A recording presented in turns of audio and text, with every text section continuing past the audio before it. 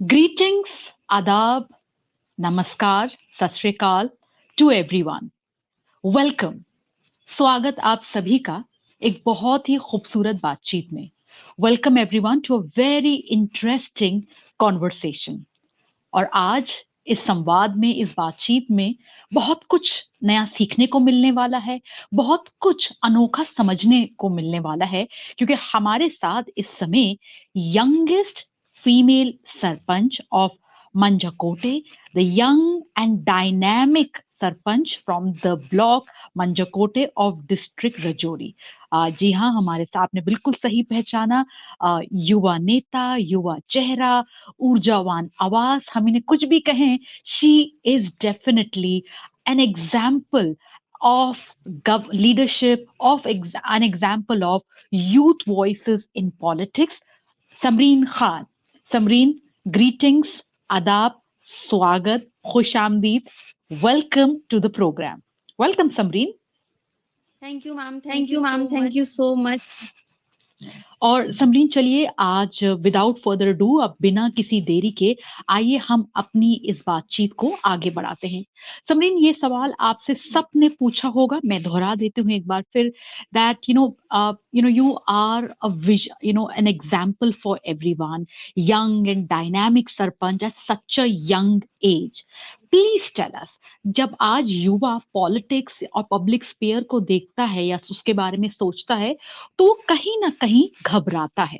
But tell us, what was the motivation that led Samreen Khan towards politics, towards public sphere? Your reflections from your journey, वो क्या motivation थी जिसने समरीन को politics की ओर आगे बढ़ाया?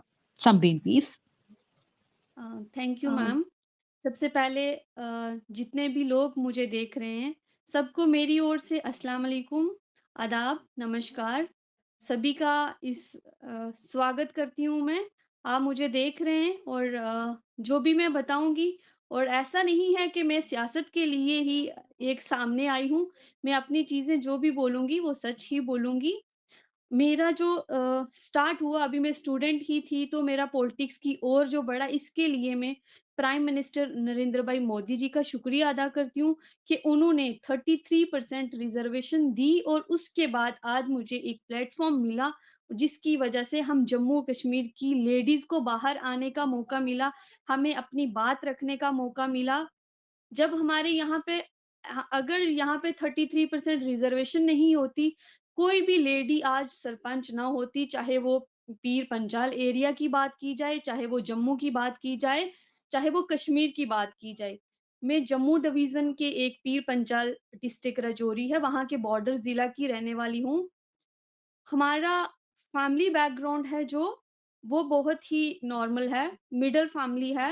हमारा पॉलिटिक्स में कोई है नहीं, मतलब मेरे दादू थे नंबरदार, जो होते हैं, नंबरदार होते थे कुछ टाइम पहले 80s में, 70s में वो थे.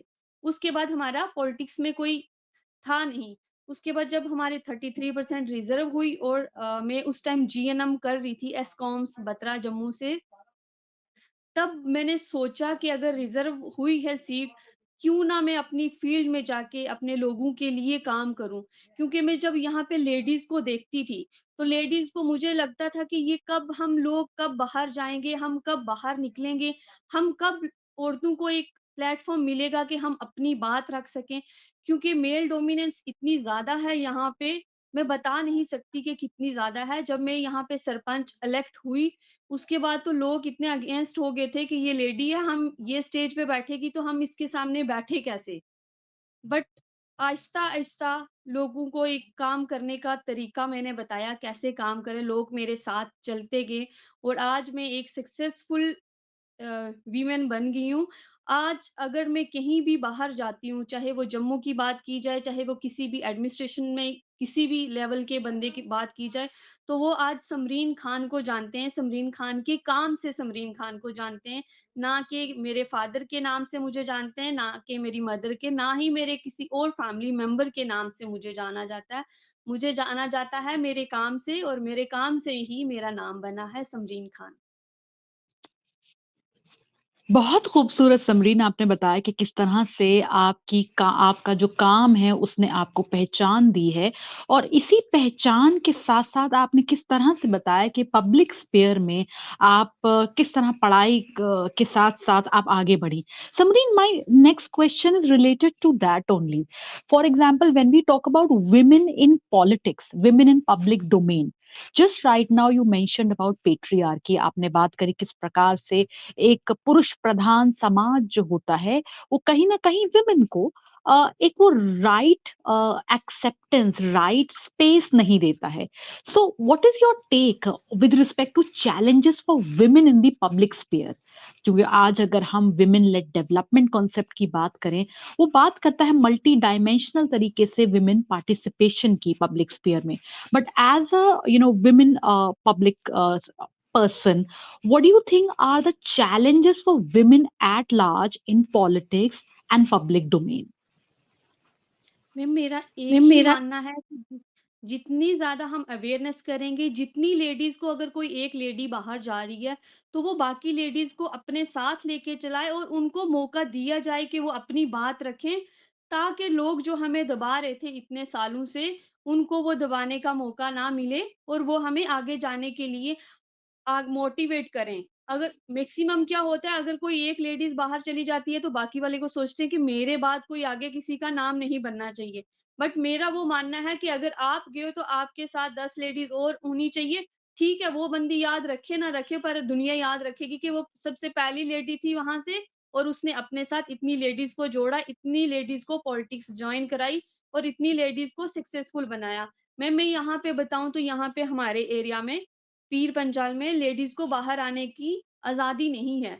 उनको स्पोर्ट्स में जाने की आज़ादी नहीं है। उनको सिर्फ़ हमारे यहाँ पे सिर्फ़ है आपका फंडामेंटल राइट है कि आप पढ़ें, आपको जितना दायरे में पढ़ने की आज़ादी है, 12th पास करें, उसके बाद शादी करें।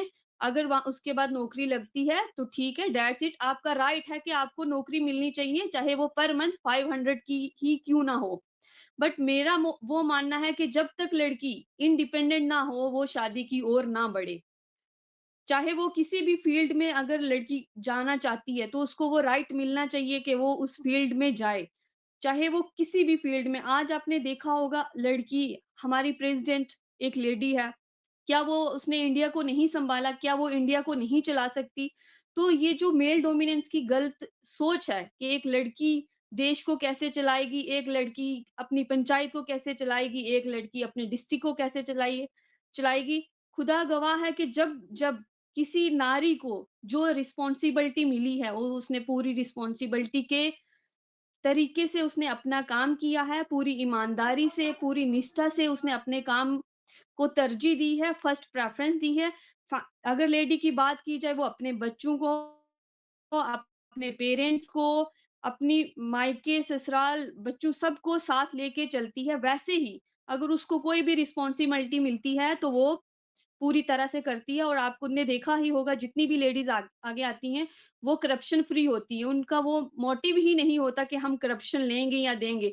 मेरा ये मानना है कि जितने से ज़्यादा लेडीज़ पूरे हमारे इंडिया में आएँगी बाहर, करप्शन का उतना ही सफाया होगा और मेरी सरकार से, गवर्नमेंट से भी यही अपील है कि ज़्यादा से ज़्यादा लेडीज़ को लाएँ और ज़्यादा से ज़्यादा यंग जनरेशन को अपने साथ जोड़ने का हमें मौका मिले और क्योंकि यंग जनरेशन की जो थिंकिंग है वो पुराने ज़माने से काफ़ी अलग है और हमारे अगर पीर पंचाल की बात की जाए तो यहाँ पे अगर हमने अपने एरिया को डेवलप करना है, अगर हमने देश को आगे बढ़ाना है, तो सोच बदलनी होगी, खुद को बदलना होगा और लोगों को भी बदलना होगा। समरीन, बहुत ही गहरी बात आपने रखी है कि जब हम देखते हैं विमेन इन पब्लिक स्पेयर में, तो किस तरह से जो प्राइवेट रिस्पॉन्सिबिलिटीज हैं सबसे पहले वो भारी पड़ जाती हैं जब भी विमेन लीडरशिप की हम बात करें। समरीन, देखिए आप इस समय इतने रिमोट एरिया में आप एक लीडरशिप रोल में हैं। आपके जॉब में एक बहुत अहम कंपोनेंट है यूथ एम्पावरमेंट। जब आप यूथ से मिलती हैं तो आपके हिसाब से, जब आज हम एक एक कॉन्सेप्ट समझें कि आप यूथ जो है, युवा जो है, तालीम से लेकर तिजारत तक उसको आगे आना चाहिए। एक युवा सरपंच के हवाले से आप क्या समझती हैं कि व्हाट आर द प्रॉब्लम्स जो यूथ इस समय, आप चाहे वो आपके जिले का हो या पूरे स्टेट या पूरे जगह का हो, आज युवा के सामने सबसे अहम परेशानी कौन सी है और आपका क्या विजन है उस परेशानी को, उस मसले को हल की ओर लेके जाने के लिए? What's your vision for problems confronting youth and how to solve them also? Ma'am, यहाँ पे सबसे ज्यादा जो प्रॉब्लम है मेन है ड्रग्स की मेन प्रॉब्लम है वो पूरे पीर पंजाल में, इवन के जितने भी बॉर्डर के एरियाज हैं उन सब में प्रॉब्लम है। और उनका सोल्यूशन एक ही है, आप ज्यादा से ज्यादा यूथ को अपने साथ कनेक्ट करें, एक्टिविटीज करें, उनको अवेयरनेस करें, उनको स्पोर्ट्स में लेके जाएं और रिहैबिलिटेशन सेंटर्स हों, पूरे ब्लॉक में हों, डिस्ट्रिक्ट्स में हों। हमारे अगर जम्मू कश्मीर में बात की जाए तो एक दो रिहैबिलिटेशन होगा।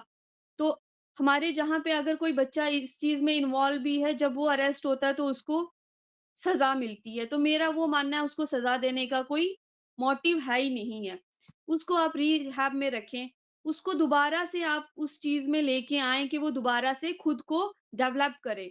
वो सोचे, उसको भी पता होना चाहिए कि मैंने गलत किया है, क्योंकि हर चीज़ का एक सॉल्यूशन होता है। अगर आप किसी को भी सज़ा दे देंगे तो वो ठीक है, उसको क्या है, जेल में जाके बैठ के खाएगा।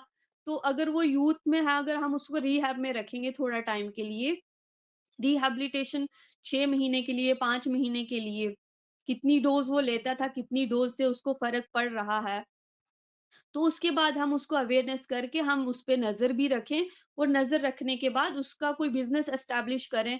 मेरा ये मानना है कि जितने ज़्यादा लोग हमारे नौकरियों को छोड़ के हमारे साथ आगे जाएँगे, अपना बिज़नेस एस्टेब्लिश करेंगे, अगर वो देखेंगे दिल्ली में जाके, बाहर कहीं भी जाके, बड़ी सिटीज़ में जाके, तो वहाँ पे प्राइवेट सेक्टर कितना है और हमारे यहाँ पे प्राइवेट सेक्टर का नाम ही नहीं है। तो मेरा ये मानना है, इंडस्ट्रीज़ हों, यहाँ पे छोटी-छोटी फैक्ट्रीज़ लगाई हों।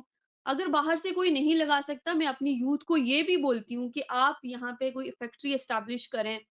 अपनी जो पुरानी चीज़ें हैं उनको उनको दोबारा से रीजनरेट करके उस चीज़ को आगे सर्व करें। हमारे यहाँ पे मैम पहले ऐसा होता था कि हम शॉल खुद से बनाते थे, हम ड्रेस खुद से बनाते थे।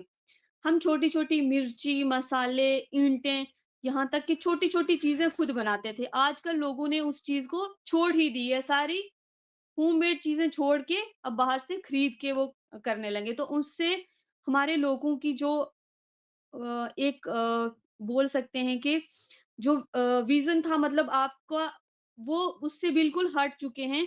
अब वो सिर्फ़ अपना जॉब की तरफ बढ़ रहे हैं। और जिनको जॉब नहीं मिल रही, वो अमीर होने के चक्कर में ड्रग्स में इन्वॉल्व हो रहा है।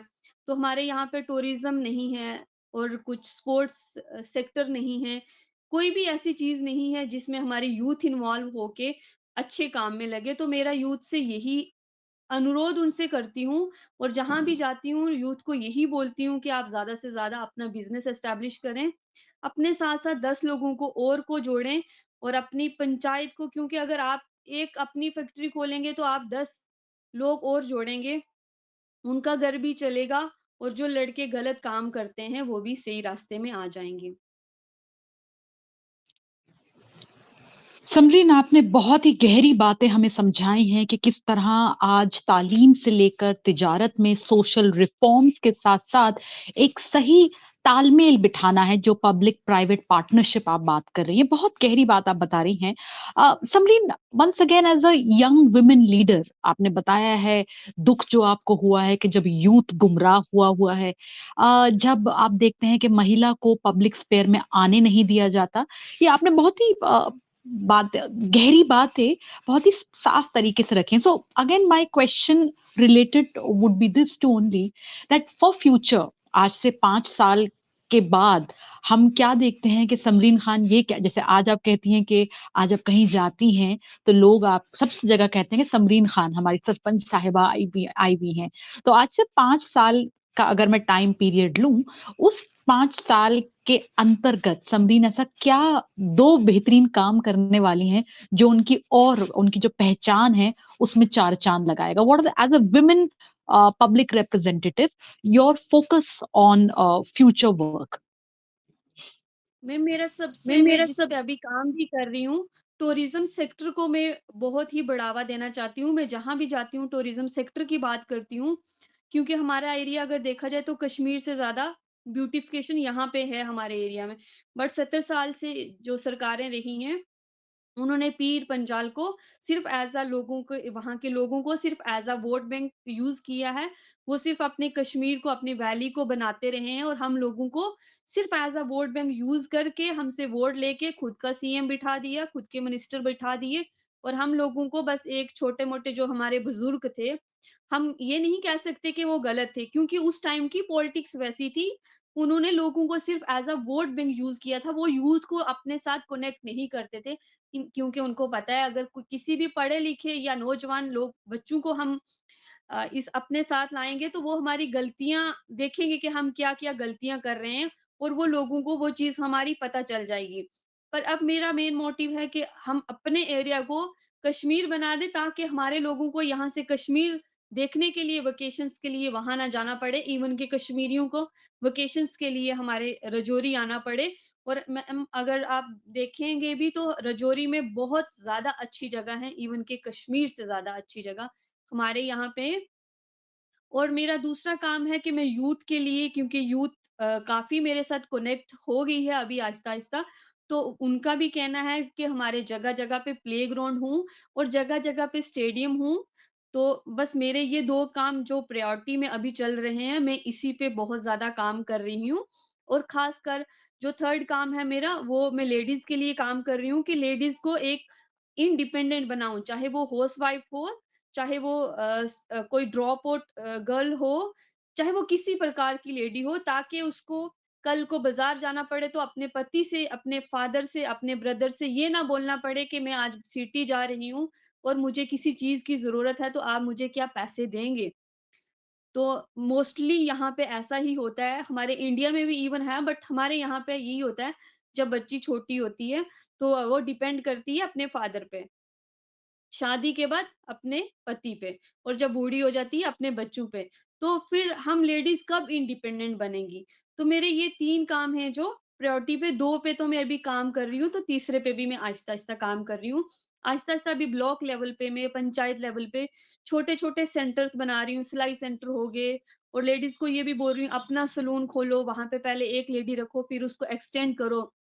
आपकी अपनी बुटीक हो, छोटी-छोटी चीज़ें जिससे आप सशक्त हों और इवन कि आपके पति को, आपके फादर को आज आके बोलना पड़े कि क्या हमें कुछ मिलेगा, हम जा रहे हैं बाहर। तो मेरा ये मानना है। बहुत खूबसूरत समरीन के किस तरह से टूरिज्म डेवलपमेंट से लेकर विमेन एम्पावरमेंट, स्किल डेवलपमेंट आप इन सब के ऊपर मेहनत करना चाहती हैं और आप चाहती हैं कि ये सारी चीज़ें जो हैं आपके रीजन को, आपके देश को खूब आगे बढ़ाएँ। Very beautiful Samreen Indeed. Samreen इसी से जुड़ा एक मेरा अगला सवाल प्लीज़ टेल अस देखिए आज सोशल मीडिया का ज़माना है। आज के सोशल मीडिया के ज़माने में आपको क्या लगता है how important is social media for youth, for women empowerment and amongst other things, for public life? Your take on use of social media? Ma'am मेरा ये मैम मानना मेरा है ये कि यह एक ऐसा प्लेटफ़ॉर्म है जिसमें आपकी लाइफ़ बन भी सकती है और आपकी लाइफ़ बिगड़ भी सकती है। इसके पॉज़िटिव भी पॉइंट भी हैं, इसके नेगेटिव पॉइंट भी हैं। पॉज़िटिव पॉइंट है कि अगर आप इसको सही तरीके से यूज़ करेंगे, आप अच्छी-अच्छी चीज़ें देखेंगे, आप न्यूज़ देखेंगे, आज पूरे देश में क्या चल रहा है, कैसे काम हो रहे हैं, कैसे उसको हमने यहाँ पे लाना है, कैसे हमने यूटिलाइज़ करना है। नेगेटिव है आपकी किसी भी लड़की का गलत तरीके से मिसयूज़ करते हैं, आप फ़ोटोज़ किसी का अपलोड कर देते हैं, तो बहुत सारी ऐसी चीज़ें हैं कि आप मिसयूज़ भी कर सकते हैं और उसको अच्छे से भी यूज़ कर सकते हैं।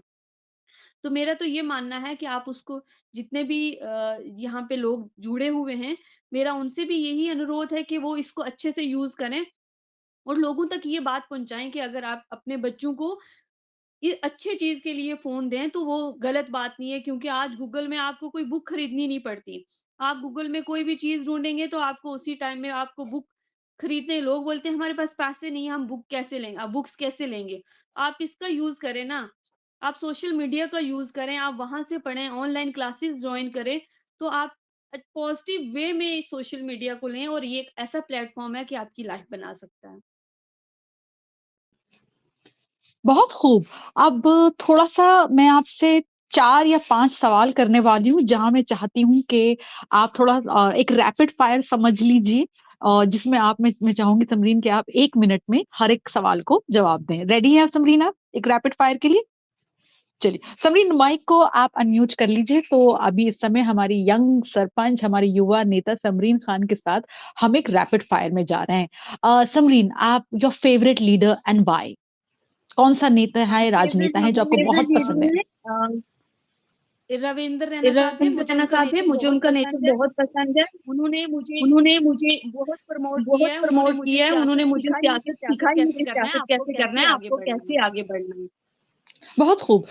समरीन योर फेवरेट हॉबी वो आज फ्री टाइम में जब आप पब्लिक लाइफ में थोड़ा-सा समय देती हैं अपने आप को, तो आपकी सबसे फेवरेट हॉबी कौन-सी है? खो-खो। खो-खो। खो-खो। खो-खो खेलना हाँ, पसंद है मुझे आपको? हाँ, खो-खो मुझे खेलना मुझे खो-खो खेलना मुझे पसंद है। खेलना पसंद है।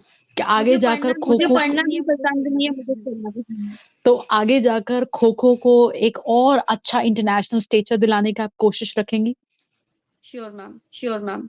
अच्छा, समरीन आपकी सबसे फेवरेट म्यूज़िक कौन-सा म्यूज़िक आप अगर आप म्यूज़िक सुनती हैं तो आपको सबसे फेवरेट संगीत, मौसीकी कौन-सी है आपके लिए?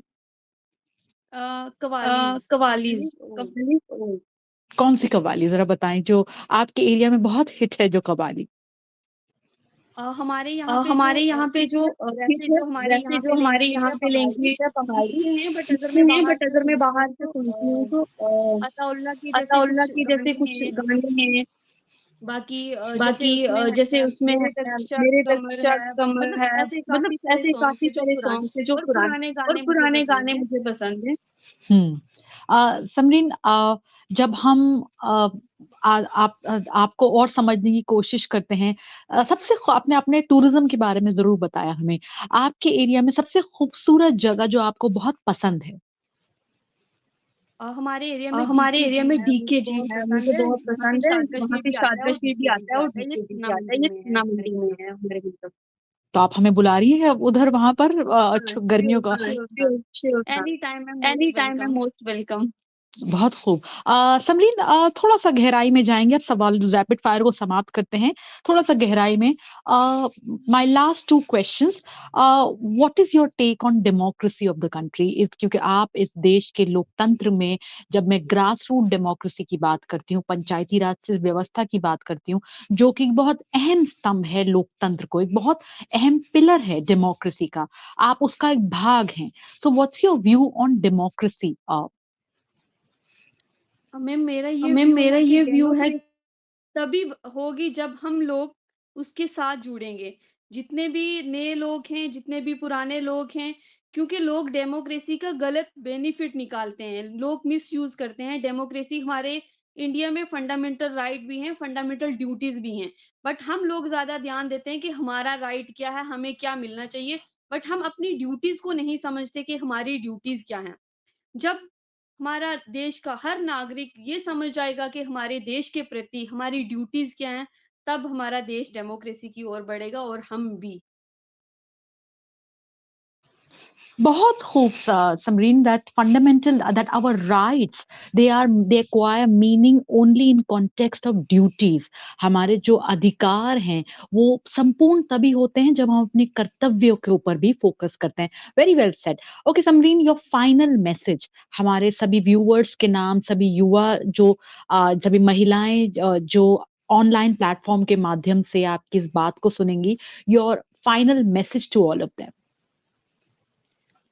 सबसे पहले तो आपका मैं शुक्रिया अदा आपका करती हूँ शुक्रिया कि अदा करती आपने हूँ कि मेरा आपने इंटरव्यू मेरा लिया। इंटरव्यू लिया। आपने आपने लोगों के सामने लोगों के बात सामने रखने का बात मौका रखने का दिया मौका और दिया मैं सभी और से मैं सबसे सभी पहले से ये सबसे चाहती हूँ पहले कि ये सभी चाहती हूँ कि मुझ पे सभी अपनी मुझ पे ब्लेसिंग्स अपनी बनाए ब्लेसिंग्स रखें, बनाए रखें, मैं इतना दुआ ना करते दुआ रहें करते ताकि रहें मैं ताकि एक मैं सक्सेसफुल लेडी बनूँ, सक्सेसफुल वीमेन बनूँ, ताकि मैं अपनी देश के लिए, अपनी पंचायत के लिए, अपने ब्लॉक के लिए, अपने डिस्ट्रिक्ट के लिए, अपने हर ज़रूरतमंद इंसान के लिए काम कर सकूँ और उनके काम कर पाऊँ।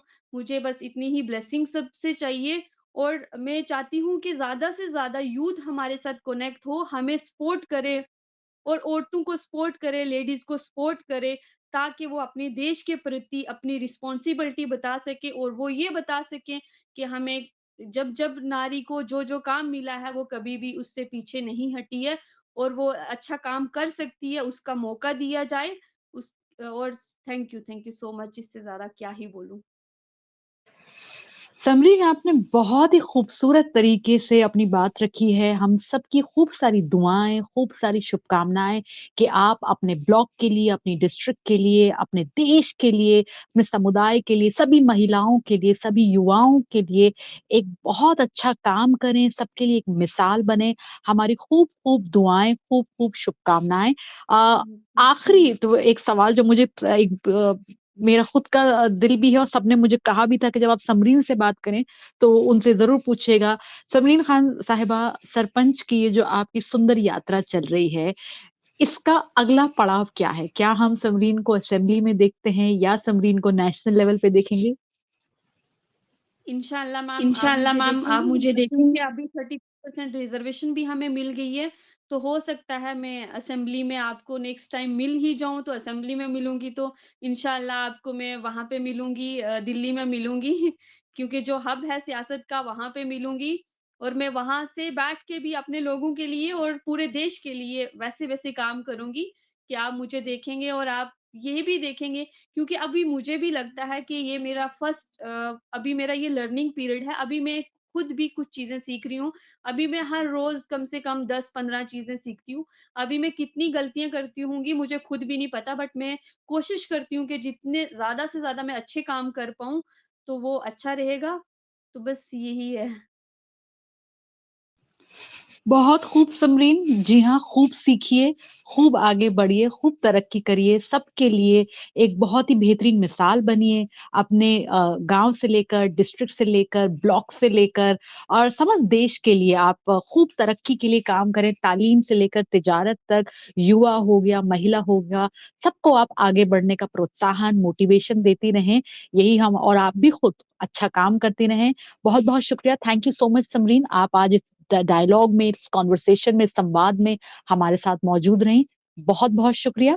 Thank you very much. Thank you ma'am, thank thank you you so ma'am, much. Thank you so much. तो साथियों, ये थी Samreen Khan, you are the youngest sarpanch, and indeed an example of a voice that stands for women empowerment, for youth development, for women, more of women participation in the public sphere. Samreen, बहुत बहुत शुक्रिया और सभी viewers का इस हमारे conversation को join करने के लिए बहुत बहुत शुक्रिया। आप सबके पॉजिटिव फीडबैक का हमें इंतजार रहेगा। कमेंट सेक्शन में अपने पॉजिटिव फीडबैक हमारे साथ जरूर साझा करें। शुक्रिया, बहुत बहुत धन्यवाद, बहुत बहुत थैंक यू। जय हिंद, जय भारत। जय हिंद मैम, जय हिंद मैम, जय।